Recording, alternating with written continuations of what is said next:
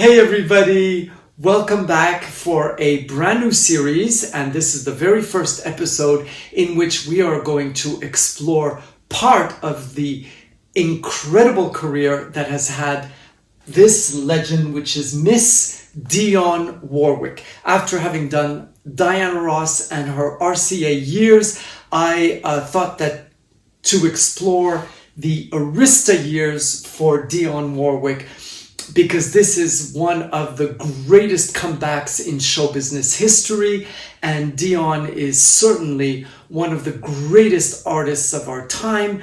And having come back with Twitter and being back on the scene, you just think these artists are what I adore. They're just the ones that just are unbreakable. They're always recreating themselves like a phoenix. And in 1979, Dionne Warwick had left her last company, for which she was so unhappy with her last album, which was called Love at First Sight, which came out in 1977. An amazing album, one of my favorite albums, but it was her worst selling album, and she had decided that she was going to quit show business. And that is when Clive Davis, the founder of Arista Records, gave her a fabulous new contract, and she came back with this phenomenal album. Let us look at, this is what an album cover should be. I mean, just Dionne in bold lettering and Dionne Warwick looking absolutely stunning and fantastic in one of her trademark furs. And very often in this period, you will always see on the album covers it said gown or shoes or jewelry from Dionne's closet or Dionne's jewelry box, because it all belonged to her. And it just proved the status of Dionne Warwick. Now, she was paired with Barry Manilow to make this magical album of 10 songs, and we're going right into it because everything about this album is just absolute magic, and the voice of Dionne Warwick is just so phenomenal. And she begins with a song called Who, What, Where, Why, written by Rupert Holmes, amazing composer. He worked with a lot of artists. He worked with Barbra Streisand also in the mid-70s, and this song just begins an album beautifully because it's a moving song, it's a dancing song, and also, when you hear Dionne just place her magical voice and just say, who, and you just know that you're in for absolute magic. So Who, What, Where, Why, beautiful opening song. Then the following song is After You.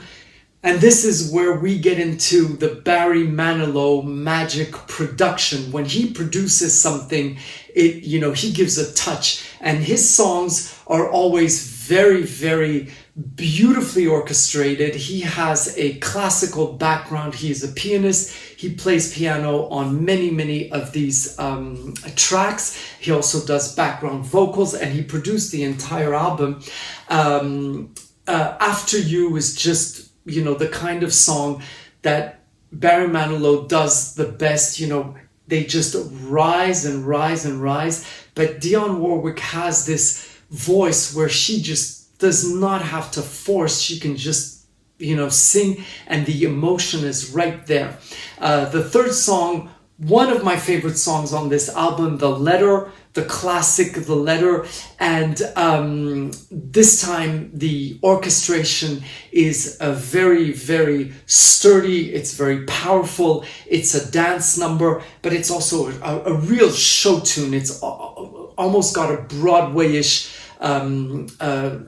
feel to it because it just climbs, and then the music and the background vocals, it's just absolutely beautiful and completely different version to what we've already heard. Although Amy Stewart, if any of you know, did an amazing rendition of The Letter in her early disco days. Now, Dionne Warwick was explaining that at that time she had with the prior company, MCA Records, disco was, the absolute fury, and there was disco absolutely everywhere. She didn't go into that, although she could have had a killer disco album if she had wanted to with her voice. And by the time the last album had arrived, it was just, just fizzled out. So this is 1979, so disco is kind of going away, and it's actually pretty bad to have any disco stamp on you. And so Dionne just came out at the right time, and this is the first single, and which was her very first big hit. I'll Never Love This Way Again. She hadn't had a big hit in many years, and this song was just, the very Barry Manilow-esque music, with the climbing. I'll Never Love This Way Again, and it just goes on and on and on. Just absolutely fantastic. And this is also the reason why I wanted to make this series, is because in 1979, when this album came out, I was 15 years old, and this is when I was discovering Dionne Warwick. And to me, she was a new artist. I was, too young for the 1960s Burt Bacharach, her time with the Bacharach and David period. So this is, for me, Dionne Warwick was a brand new artist, and this is the sound that I wanted to hear. So I was just adoring her. And I remember when I brought that album home, my father said, well, I have a ton of Dionne Warwick albums which you never looked at. So then we go on to, which was side B, and she begins with the fabulous Déjà Vu, which was also out as a single, written by Isaac Hayes, and she had made a beautiful live album with Isaac Hayes called A Man and a Woman. And you just know that Isaac Hayes is going to know how to write for Dionne, because his sultry, beautiful music that is just so round and that just envelops you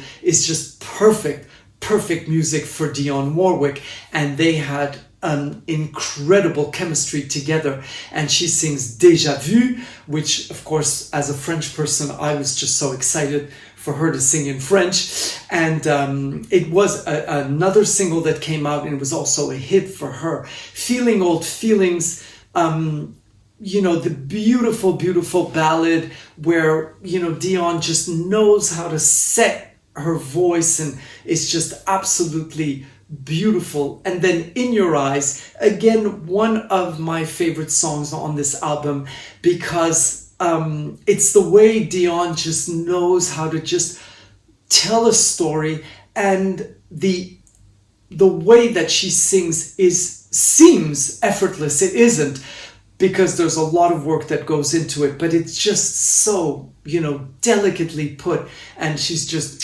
absolutely brilliant. And I just love the way she sings that song, In Your Eyes. And then she sang later on another song with Eyes, and we'll talk about it, and that was produced by Stevie Wonder. We'll talk about it later. My Everlasting Love, again, beautiful ballad. And just when you hear this, you just think every single track on this album is just absolutely perfection. And then Out of My Hands, a song that is now much more rhythmic, and she does the background vocals in it. And there is a tiny hit when you listen to this, although it has nothing to do with her Heartbreaker album that's going to come out a few years later, because it kind of sounds like the sound of the Bee Gees, even though it has nothing to do with Bee Gees production. And I always tell you how I find that the Bee Gees sound, the music sounds slightly Arabic, whether it's their own music or when they produce, whether it be for Diana Ross or for Dionne Warwick. And I'll go into that when I'll break down the Heartbreaker album, which came out a few years later. Out of My Hands, just fantastic song, and all the time rounds up this beautiful album, which is another beautiful love song, beautiful melody, and the production of Barry Manilow is just absolutely on point.